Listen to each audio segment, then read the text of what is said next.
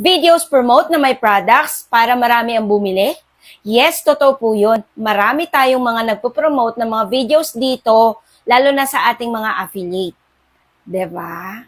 Pinopromote niyo yung mga videos nyo. Ako kasi guys, effective yan dati. Kahit maliit na pera lang or maliit lang ang binabayad mo sa TikTok ay bumibenta ka talaga. Dati yon, pero ngayon hindi na. Guys, hindi ka makakabenta ngayon kahit ipinopromote mo yung videos mo na may products, walang bibili niyan sa'yo kung depende sa halaga na ibinabayad mo sa TikTok. Kung malaki ang ibinabayad mo, mas marami ang bibili. Pero kung 50, 100, 200 lang, wala pong bumibili niyan. Tumataas lang ang views mo. Oo, real talk. Pero pag 500, 1,000, thousands ang binabayad mo, yes, opo, effective, may bumibili. Ibabato yan ni TikTok doon sa mga buyers. Pero 50, 100, 200, wala pong bibili niyan. Tumataas lang ang views mo. Pero malaking tulong na rin yan para sa atin. 'Di ba? Oh, nasubukan mo na ba? Pinromote mo yung videos mo na may products, pero walang bumili.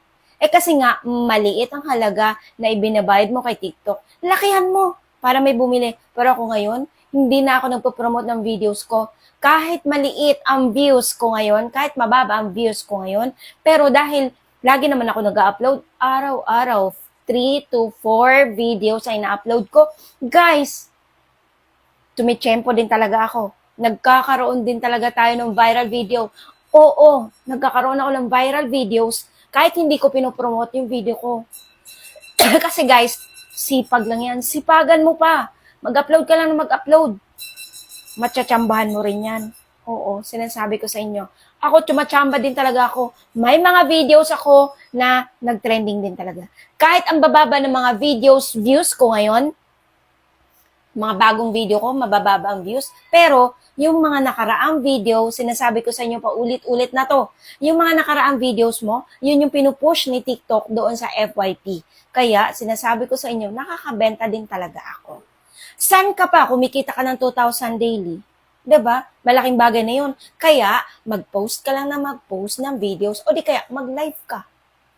Okay? So, bye!